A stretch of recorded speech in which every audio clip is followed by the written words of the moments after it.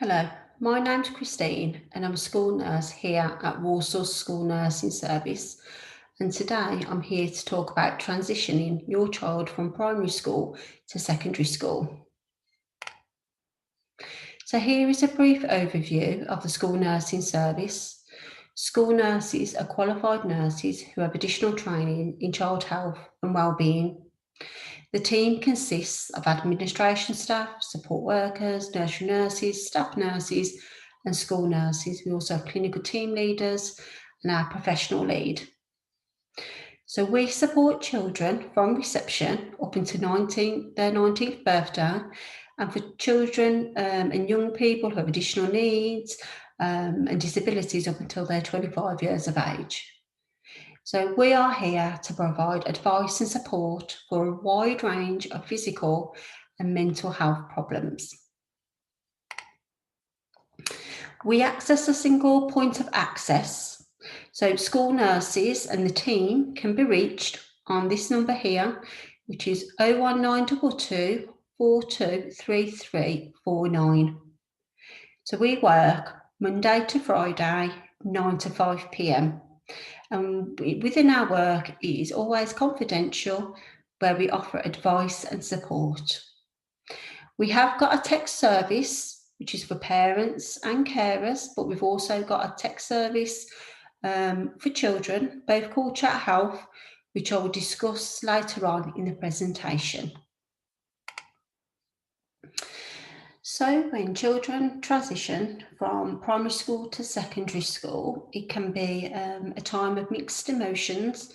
You might be a bit anxious for your child, a bit nervous, or you might be very happy, very excited at what is going to happen next. So here are some thoughts that parents have shared with us. So some people worry, will they make friends? Will they cope with the work? Will they be okay on the bus if they are going to go on the bus and be a little bit more independent? Here are some views from children. So again, it's about independency. How will I get to school? Some people, young people might think of the teacher's going to be strict. It's going to be great. I'm going to be able to do new subjects, maybe new sports, experience different things. And all these thoughts, all these mixed emotions are completely natural. So here we have some top tips for parents. So it's really important to get on top of the child's health, and that can mean a lot of preparation and plan and just ingraining a very positive routine into their daily life. So, for instance, if a child has enough sleep, they're more likely to be focused and energized and ready for the day ahead. You know your child best, you know their diet. So it's about thinking, what snacks will they need throughout the day? Have they got enough food? What's going to keep them going throughout the day? And again, exercise is a really big issue. It's really important to, make sure you've got enough energy. And again, that will go with the sleep and that will go with the healthy diet as well. But it's really important to plan ahead. So if your child has got a diagnosed health condition, speak to school ahead of time, plan and prepare what you need to do. Does your child need a healthcare plan? And let your child know you've spoken to school, things are put in place, and that there's a plan going forward. That is really going to help them to reassure them and know everything should be okay when they start school. So when we talk about stay calm, I know that sounds very easy to do, and it's not always easy to do, but it's something that we try and ask parents to do, because it can be a very distressing time for yourself. You might have a lot of anxieties about your child going to school, but what we are also aware of is that children do soak up everything. They do become aware of if parents are anxious, and they do, and in time that can increase their anxiety as well. So it's trying to maintain that calmness in yourself. And then when a child is distressed, they will feel like they've got a safe space and a safe person to speak to when they need to. So keep learning is all about the online technology that's out there at the minute, which is great because it extends the reach of children's learning in their subjects and what can be accessed. But it is very important at the same time to monitor and supervise what they're seeing, what they're hearing, and what they're logging onto, and what are they watching when they're online. So it's important to look at and think about parental controls, looking at the social media that's out there and current affairs. What do you think they would be accessing and monitoring that? It's about knowing the type of language that's being used out there. So if you're spot checking your child's phone, making sure you understand really what is being said, and is it age appropriate? Would you want your child to be seeing or watching anything that they shouldn't be, and making sure that doesn't happen? So anchor is about parents providing that stability, that routine, that constant um, support in the family home.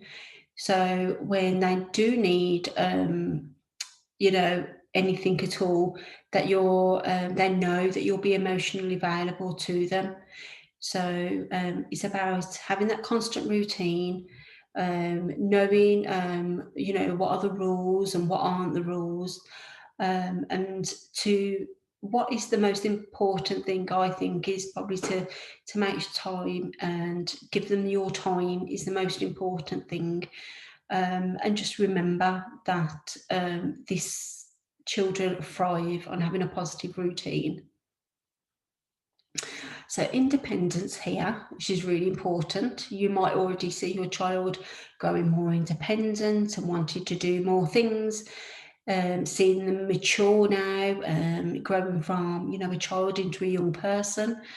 So one way we can help this is to give them positive responsibilities, increasing what they're allowed to do, but making sure that this is age appropriate. So it might help them learn new life skills, which is obviously a positive thing. And when you notice um, behaviours that you're happy with, giving notice and giving them positive praise for that.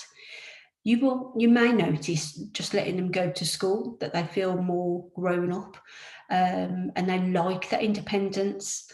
And again, you can continue to increase their responsibilities as long as it's age appropriate, because it is about letting go a little bit when they start senior school, which can be very, very difficult for some parents, especially if you've just got the one child or it's the youngest out of your children. But it is allowing them to learn, which is what they need to do, rather than to be held back at all. But they will want an increase in independence. So here, being prepared, again, is some more top tips for parents. So there's lots of different ways that we can prepare ourselves, our children, for going to school. So if you can access financial support, if your child is can have free school meals, to sort this out in advance, so that's all in hand. Again, sign up to any portals, any emails, any sites that can help you support your child when they do start school, start secondary school. It's about making sure that you've got all the equipment that they need, or the uniform, or the stationery, that they know what time they start school, what time they're finished, when are their breaks going to be, when are the lessons. to take advantage of any of the transition sessions that school are offering, so they can get to know the school as well. Um, and it's about preparing yourself to help them. So, the night before, packing their bag, making sure they've got the PE kit. In the morning, let's just double check, let's make sure you got everything you need. Taking a photocopy of their timetable, maybe taking a picture on your phone prior to starting secondary school. Do some trial walks to know that some child journeys to make sure your child and you feel safe and reassured that they can get to school fine and safely. It might be again that you don't want them to go over a main road because they're not used to doing this on their own, that you want them to go on a zebra crossing. So it's about looking at the journey to make sure that you're happy with it as you go along. So self-help is really important because we all know that before you can help your child, you need to be able to help yourself. And because if you're not in a good place, then it's very difficult for you to give as much care as you'd probably want to your child. So it's making sure that you're happy and you're okay, because as a parent, your child going to secondary school can be a very stressful time for yourself. So it's making sure you get some downtime, that you can relax, that you seek support that's out there. Um, you might want to talk to neighbours or a good friend, or there might be family members that you can talk to and just say how you're feeling. Just sometimes a 5-minute chat can make the difference. Again, it's important that you're looking after your own health, that you are sleeping enough, you're getting enough hours every night, that you're getting enough exercise, and again, eating well yourself, which can be incorporated into family meals of a night. So you're all eating together, and that's quite a nice experience on its own. So have fun. This is really, really important as well. If you or your child are anxious, it's really important to, spend some quality time together, do things together. It could be just going to the park, going into the garden if you're looking to have one, just to giggle and laugh, maybe watch some programs together or do some activities together. Because if you're anxious, and having a giggle can move to the light and really take some of that anxiety away. One thing we always do encourage is positive communication with your children. So it's not just about speaking to them, there's lots of different forms of communication. So it could be that after school or just before school, you're checking in on them, asking, are you okay? Is there anything you're worried about? Is there anything I can help you with? And it's about encouraging them to speak to you if there's any concerns, if there's any worries. At this point, your child might have a mobile phone. You might be texting each other. That could be another form of communication. But it's also about listening to your child, taking their views seriously, and giving your time and respecting what they say, and acting upon it really. So just make sure that you're available, because just to feel supported and listened to can make the world a difference. So here we've got the think, act, do cycle, which I'm not sure if you've seen before, but it's a really important cycle. So it's about how we think, or our thoughts, how they can make us feel, and in turn, this can affect how we behave. So it can be a very positive cycle. It can be where there's some negative thoughts, where we need to break that cycle, change it into a positive thought. So, for example, it could be that your child is anxious and they're saying to you, "Oh, it's a new school, I don't know anyone, I'm not going to make any friends, I don't feel very happy about it." But actually, if they thought a different way, which is not always easy, It could be, great, I'm going to a new school, I'm gonna meet loads of different new people, never met before, I'm gonna have even more friends than what I had last time. Now, thinking like that, you're more likely to go up and talk to people where you're more likely then to make friends. But if you don't think you're gonna, you're probably gonna be a bit more isolated, probably a little bit more on your own, which in turn won't make additional friends, which is only one example. But it's about when you're talking to your child, if they're thinking a little bit negatively, let's try and think and turn it around and think of something a little bit more positive, and it all can make a big difference because there is always a different perspective. So it's about being really positive and encouraging, really. So here we have the health checklist, which is very, very important, again, to be prepared before they start secondary school. So if we start off with immunisations at the top, we all know it's really important for your child's immunisations to be up to date, because we don't want children to become unwell or catch anything that's going to make them really unwell again. So it's really important they're kept up to date. So if you're not sure if their immunisations are up to date, then just contact their general practitioner, their GP, who will be able to give you an update to this.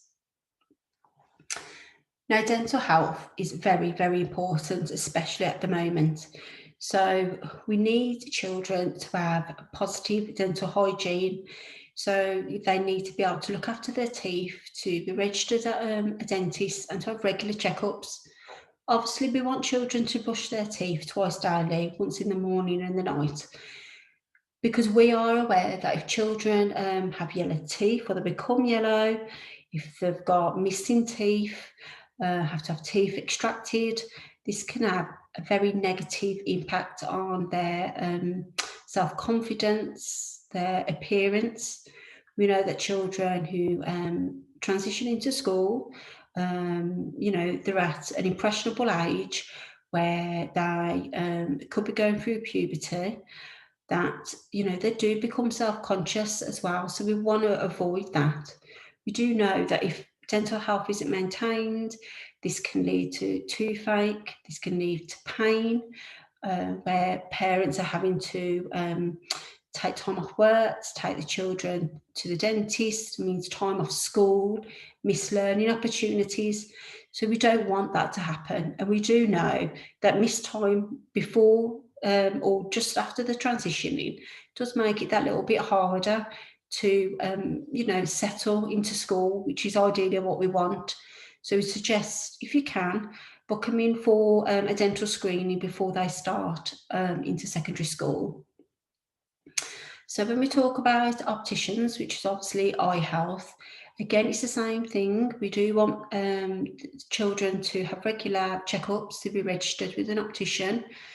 The reason for this is children's eyes and vision screening, it can deteriorate at times, especially when looking at, online technology and things like that. So, and also we know that, if children can't see properly, which hasn't been assessed perhaps, that they might struggle to see subjects on the whiteboard, they can become dizzy, they can have blurred vision, they can get headaches, which again can lead to missed school time, and again make it very difficult to when starting school, and it can affect their emotional health. So if you can, try and get them reviewed and booked in prior to starting secondary school. So here is some advice and support. I've already obviously mentioned about our main point of contact number, which is here. We also have an email address, which we can be contacted on as well. I briefly touched on chat health earlier. So this is the one for children and this is the one for parents. So again, both can be accessed Monday to Friday, 9 to 5, where confidential private advice can be given by a registered nurse, where a relationship can be built if you choose to, where we can arrange to come and see you face to face, or you come and see us. We offer a wide range of health support, physical and emotional health support, and we always welcome texts into the service. Again, we've got our Twitter account, we've got our Instagram account. We're lucky enough to have our own websites here, Health for Kids, Health for Teens. I would advise that you have a look at these websites because they are very informative, they're very child friendly, they give a wide range of support. There's lots of games on there. You can sit down with your child on there, go through the websites. There's an option to put in the local area on a drop down tab. So for example, you could put in Warsaw to find local resources and signposting to support child's health as well. So do take a look at that. And again, here we are, more road safety. If the child is now independent and going to school on their own or partly on their own, some more top tips for parents. Now, normally we would take questions. We'd be happy to take questions, answer any inquiries, but because this is a webinar, I'm not able to do this today, which is unfortunate. But if you've got any questions that you would like, please contact our duty nurse. She'd be more than welcome to answer any questions that you have on the number that I've already provided. So please go ahead and do that. So thank you for listening and for your time. And I'll be going. Bye.